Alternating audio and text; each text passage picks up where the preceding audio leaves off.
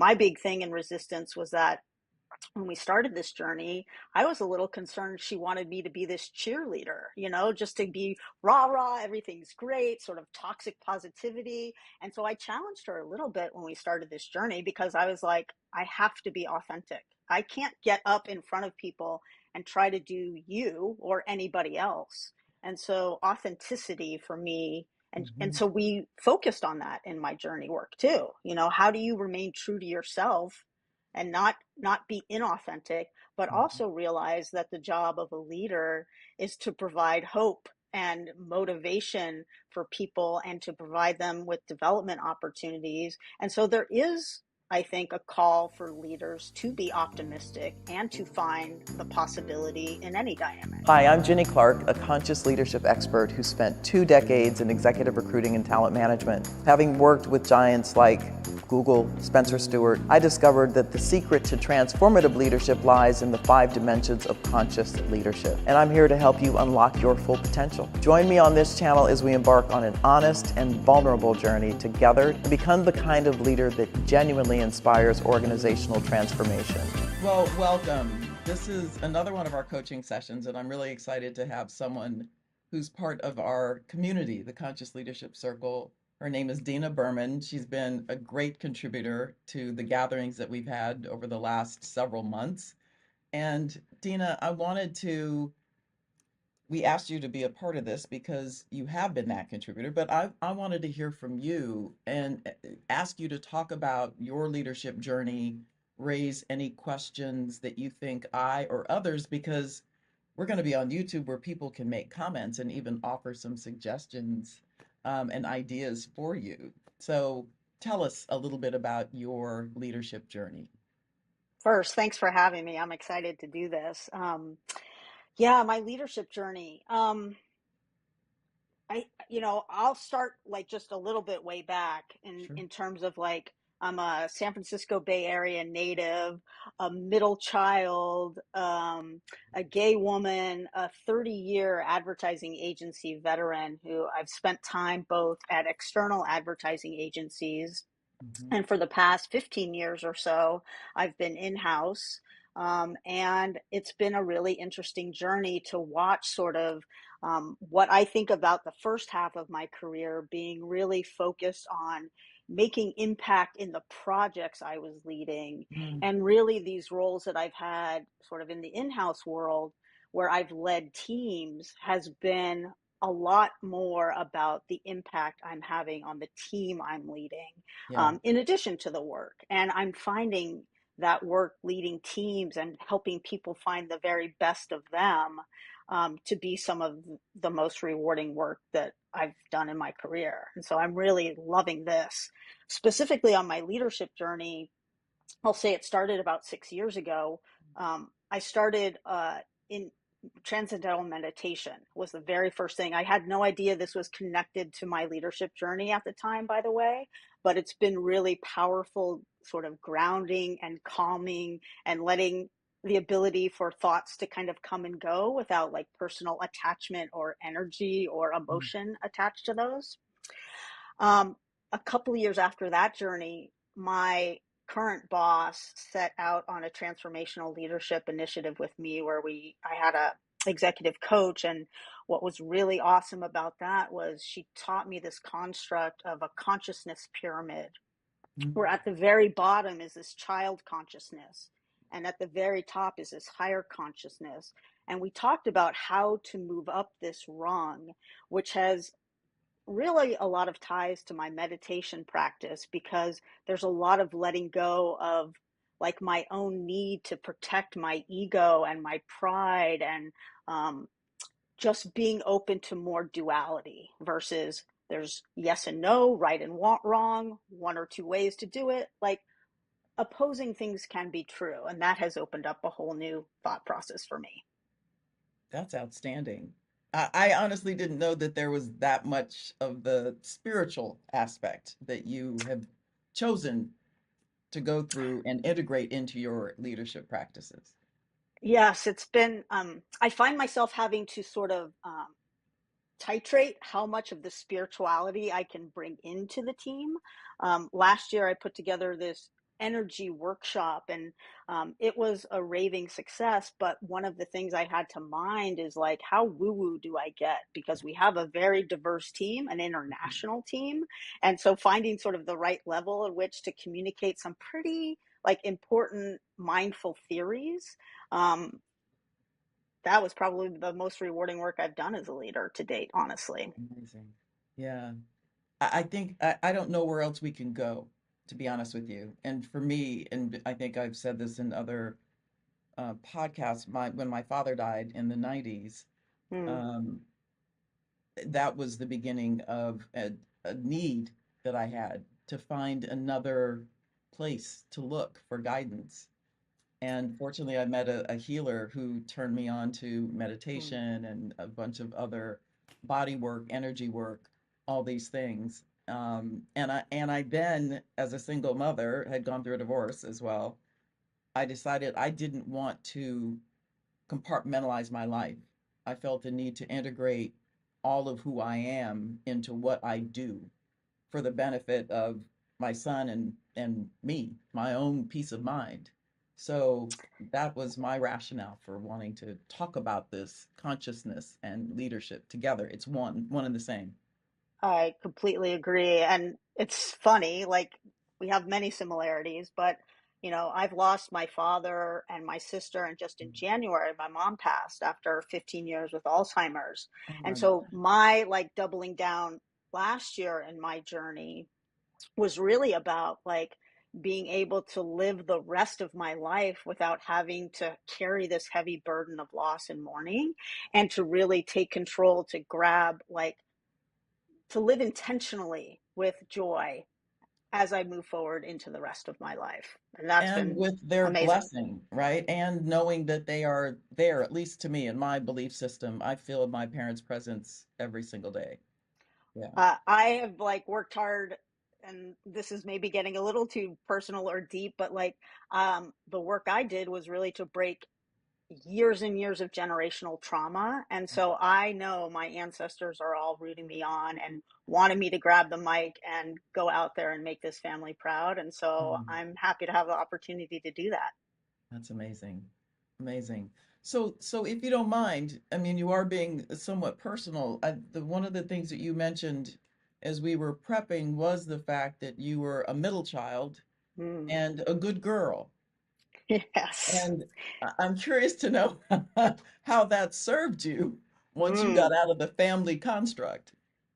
It's so interesting. Like right now, I finally have the perspective that what served me as a middle child in my born family is are not the same traits that will serve me going forward. Mm. But being in I read this phenomenal book called Break the Good Girl Myth, which was very impactful for me because it really did shine a light on I think she has 5 or 6 myths in there, but the three that really were true for me was the myth around rules, harmony, and sacrifice. And the thread about all of those for me was never putting myself first, wanting to play small, abide by the rules, not ruffle any feathers, give up things for myself for others.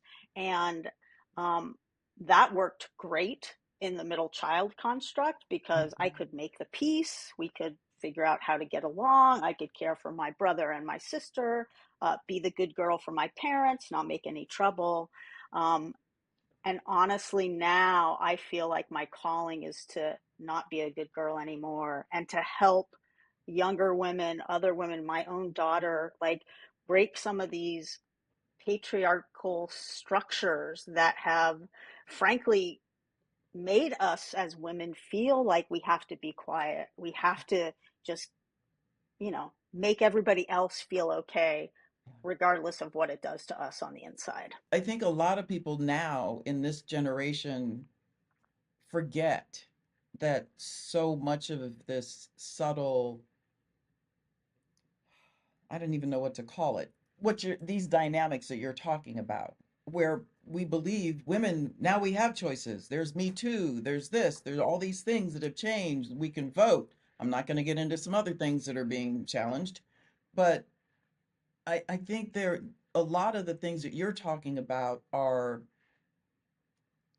they're they're little things that happen day to day in the workplace, at home.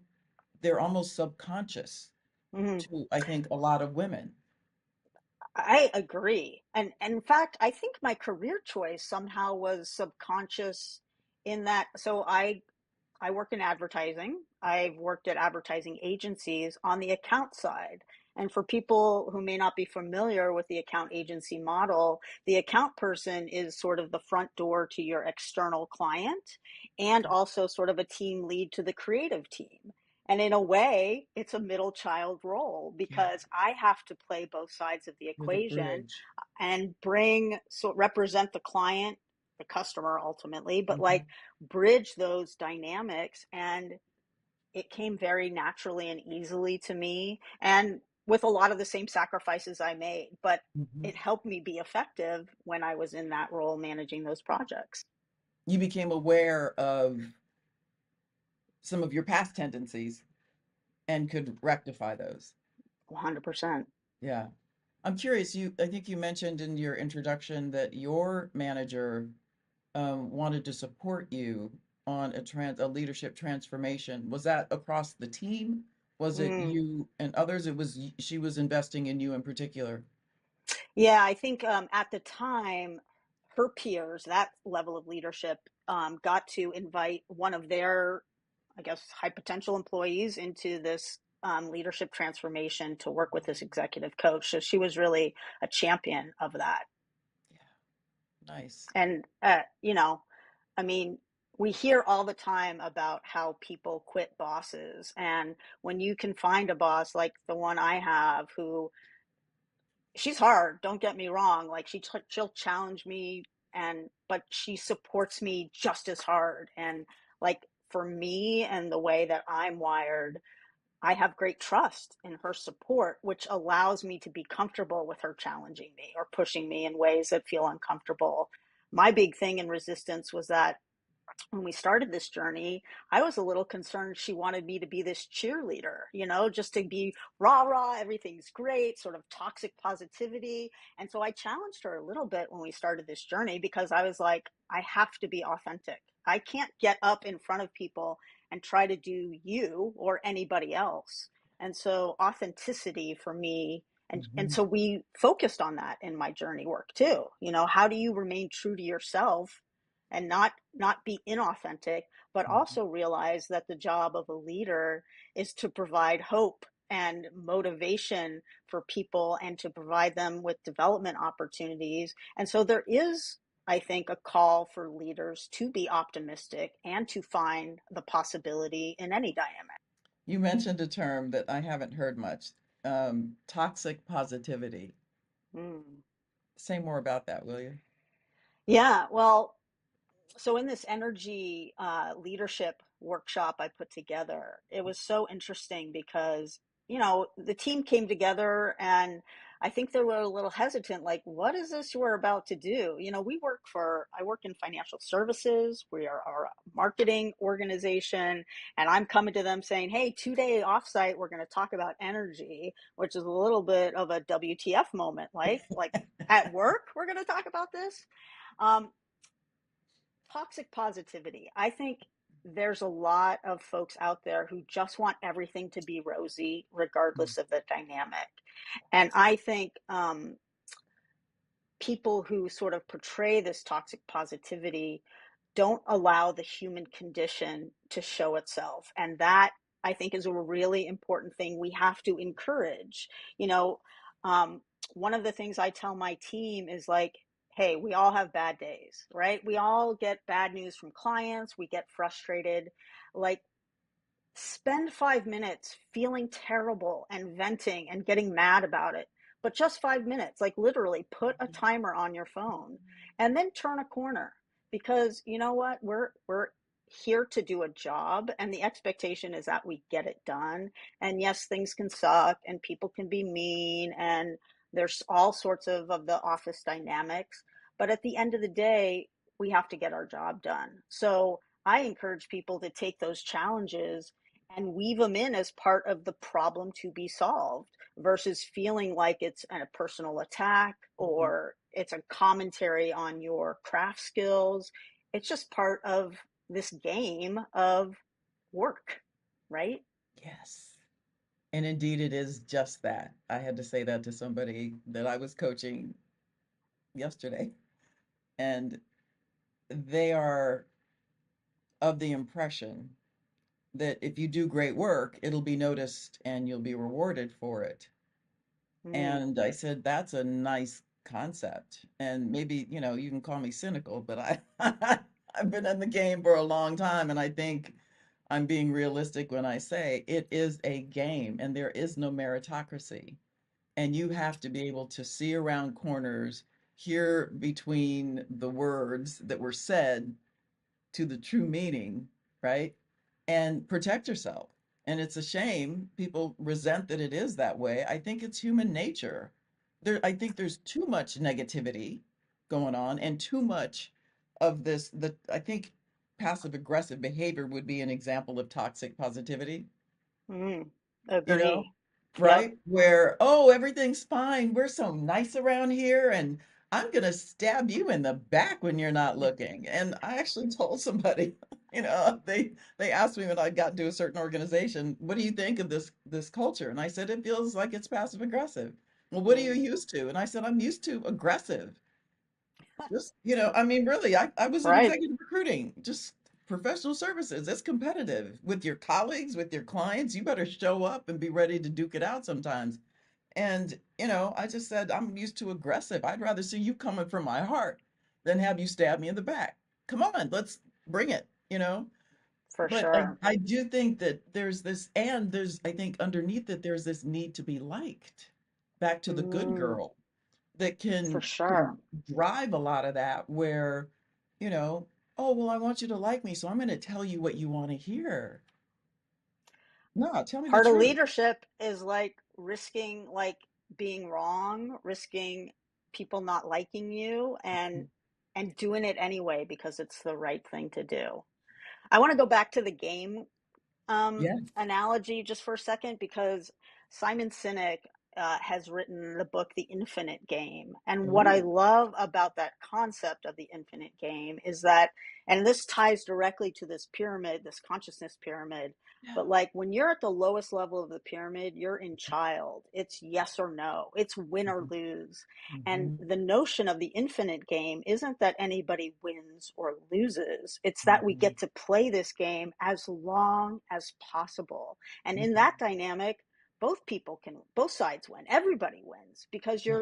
it's kind of like keeping the beach ball in the air at the concert. It's like, how long can we keep this fun going? Yeah. Let's have at it. As long as we don't devolve into what we've seen where it's a few, it's back to Lord of the Flies or some of these other images and stories where, the competitive, aggressive, negative behavior starts showing up because people want to assume a position of dominance Mm, over other people. And in yep. so doing, oppress people. Right? So I think that's the only I'll have to check out that book to see how some of that gets moderated and some historical um influences, shall we say, facts, events that colored a lot of inequities and injustices in the workplace and in society. Which brings me to a question for you because I struggle with this one. I don't have anything concrete, but I feel strongly that the organizational constructs, the hierarchy that most organizations have adopted since the industrial age is antiquated. And so I'm curious what you're seeing in your world, in your sector, in your travels of Mm. something that might work better, that really allows for this kind of leadership to maybe take hold better. Yeah, I don't know if I have a magic answer on that one, but what I know to be true is that energy is magnetic. And so I think how one shows up and brings themselves to any dynamic has a bit of a rippling effect. And so my hope is that over time, with people as wonderful as yourself bringing this message to so many, I would love to be able to bring messages to more people like this, but like we'll trickle this in and we'll start to build a base of new leadership who think and act differently, who don't come with the same sort of, um, I think, expectations, behaviors, and patterns, frankly, that the patriarchy has set up as this is how corporate America should be. That's right. And I think we've made great strides to date, and there's so much more work to be done. But to the Mhm. degree that we can keep educating folks and making them aware that there are other ways, I'm hopeful that that is maybe a top down and bottom up approach to Mhm. changing this whole dynamic. I love that. I absolutely love it. And there's something that I don't think I've introduced to the community yet, but that I'm working on that I call the 595 solution. And the 5% reference is for the, 2 to 5% of people in any organization who sit in leadership roles. I'm not calling them leaders intentionally because I don't think all of them are. In fact, leaders that I would designate, that give that title to. Then there's the 95%, the rest of the workforce, who are, at their mercy, so to speak, or at least many of whom believe that they are at the mercy of these generally not so good leaders, based on Mm. the Gallup poll that you probably heard me quote over and over again, where it's only 18% of leaders are considered good at leading. It's from a 2016 Gallup poll. So you've got 5% of people in the workforce, 18% of whom are any good at actually leading 95% of the people. And what I want to get to is helping these leaders get better. I don't think many of these people have even been told or held accountable for or incentivized to behave in such a way. So it's not completely their fault. It isn't. I think many of them are salvageable. More importantly, though, is the 95. And I think to the extent that, and I would love your take on this, given the energy piece that is so incredibly powerful and people don't fully appreciate. Empower these folks to understand the agency that they have in helping to envision and create and activate a different system, a different construct, different processes and procedures, and structures. It's probably going to be flat. It's not going to be this pyramid anymore that shares the responsibility, the accountability, the work, the innovation. It gets shared. It doesn't have to reside in one place. So that's kind of as far as I've gotten in my head, but I want people to realize that they are not victims, right? You don't have to put up with this. This is not jail. You have choices, That right? is such an important thing I think more people need to talk about, Yeah. because in this energy conversation we did, the number one takeaway for, and I took this to our entire agency of 120 people, but the number one takeaway is that mindset is everything.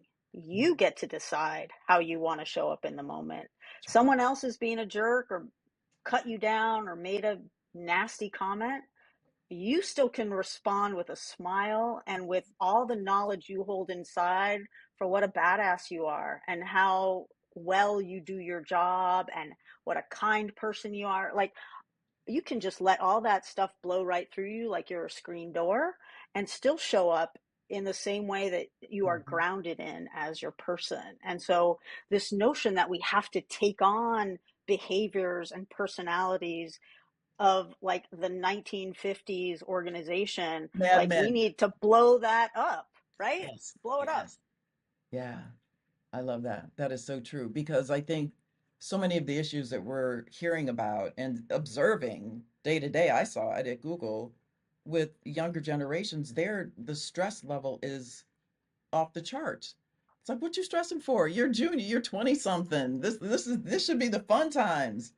But all Hmm. this angst of what they should be, how they should look, how much they should be making, all these shoulds, all this pressure that's being self-imposed, all the anxiety and the imposter syndrome and all these labels.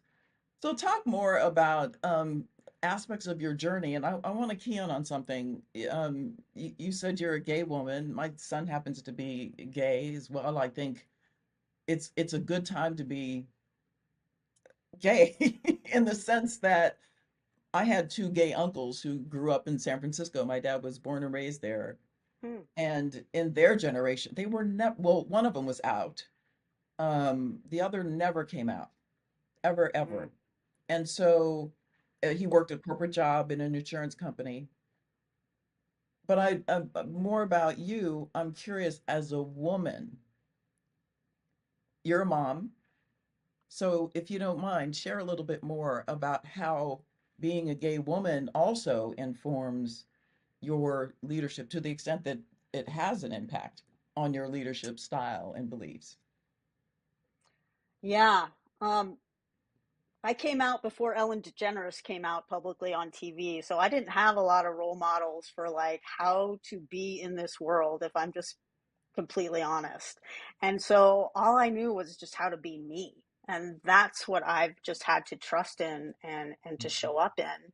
And in fact, like it wasn't until a couple of years ago that I've really had an appreciation for the barriers I've broken or sort of all the firsts that we've done. You know, my wife and I have two kids. I carried both kids with the same sperm donor. They have 40 something half siblings. Um, and we raised them in this community here in Northern California. And we're the only gay couple in the school district that for many, many years. Um, and I think I've not celebrated that. And I'm wanting to celebrate like all the great work we've done in not only just raising our kids sort of bravely in this world, Mhm. but also the hundreds of families in our community who grew up with their kids knowing there are different types of families That's and right. it is okay and it's welcoming. And so, honestly, I think in the first half of my career, I really wanted to hide Mm. about like who I really was. And I wasn't really celebrating um, being gay. In fact, uh, earlier this month, I put something up on LinkedIn just saying how pride has never really come naturally to me, how I've really had to work at just accepting myself for that and feeling good about being like a gay woman and all the journeys that we've taken. And so I think because I didn't have anything to measure myself against, I was just like going for it. It's like, oh, I gotta enroll my kids in school. Oh, I gotta find a new job. Oh, I just kept doing like heads down and go. I have a bracelet on, and I mean, not safe for work, but it just says keep fucking going because Yeah, that's been my mantra my whole I life. love It's like it. just keep going. Like be the shark and keep moving. And so I think as it relates to my career, this second part of my career where I'm able to really embrace it and move boldly through and have the confidence about who I am has been a really empowering phase of life for me. And I'm so um, inspired by the young generation of gay people, or frankly, anybody with any diversity, and how they just are living so authentically and claiming their voice in dynamics that I wish I could have when I was younger. Hmm. Yeah, thank you for sharing that. I gotta believe that for the viewers who might be struggling to come out or really own, even if they are out, really show up with pride, Hmm. not just during Pride Month, obviously, Right. right? For Yeah, sure. yeah, yeah. Well, I'd love any sort of parting thoughts, Dina, on conscious leadership, on no longer being a good girl, And whatever, I'd love your vision. What do you see in the future Mm. for the workplace, for leadership? So, I grew up being a big team sport player, and I kind of view like leading a team like being on a sports team, honestly. And my vision would be that we're all in to play this game together for everyone's benefit. Mhm. Like we are here to do good, make good, run businesses, make money because that's just part of the game. Um, but how do we sort of strip away some of the backstabbing, some of that competitive nature that tends to devolve relationships into like messy places? Mhm. I do worry a little bit, with how do we keep connection alive, especially in this, remote or hybrid environment where like so many of my friends and influencers that I've met over my career have been because we've like been in the trenches in the office working through problems. And I just hope that this next generation can find ways to build connections that are authentic and productive and transparent so that people can really just work together for the better good, honestly. Yeah. That true energy exchange is so meaningful. And, I'm sure some of the younger generation would call me old school, but eh, that's how I learned. The old water cooler Yep. conversations are valuable. Making eye contact with somebody, connecting with them, feeling that energy of a connection, it just it doesn't happen virtually. It simply does not. Do we have the capacity? I believe we do, but I think it's underdeveloped in most humans right now to actually project our energy long distances. So in the absence of that, we need to come together more frequently, whether it's at conferences or, just going an extra day in the office a couple times a month, just to connect with people and have that exchange. I think it can be far more gratifying. And I think leaders like you can facilitate and help people understand this isn't just about FaceTime and more increasing the likelihood of getting promoted. It's about creating a new environment, a different kind of environment and culture that feels good. Right. And the opportunities for development, right? Like I think we did great during COVID. I mean, our team did phenomenally well. So we know it can work. Is it the best way to work? No. For me personally, not really, because I need that human interaction face to face. Um and I know there's many people out there that like feel like remote work is the way forward. And I have my different preferences, I suppose, on that. I just think it's got drawbacks that Yeah. we just described. It's not that I'm against it. It's not Right. for the sake of, this is the way we've always done it. That's not it. I'm all about change. Yep. But there's a reason why we're sentient beings. That is Yeah, right. yeah. Well, Dina, thank you so much for your insights, your transparency, your leadership, your commitment. You're a model of what I think a lot of people want to become. And Hmm. I'm going to say you make it look easy. I will say it takes a lot of work. Like you have to be willing to like be self-aware and to look at the mirror at all of your shortcomings and faults and to just accept them for what they are and be willing to change. And so I thank you for raising the volume on this type of conversation and creating the access and information that's going to help drive this movement. And I'm just so grateful to have connected with you. Oh, thank you so much. It's great to have you here. Great to have you in the community, and great to know that you're in the workforce and the workplace, modeling what great leadership looks like. Thank you for that. Thank you, Jenny.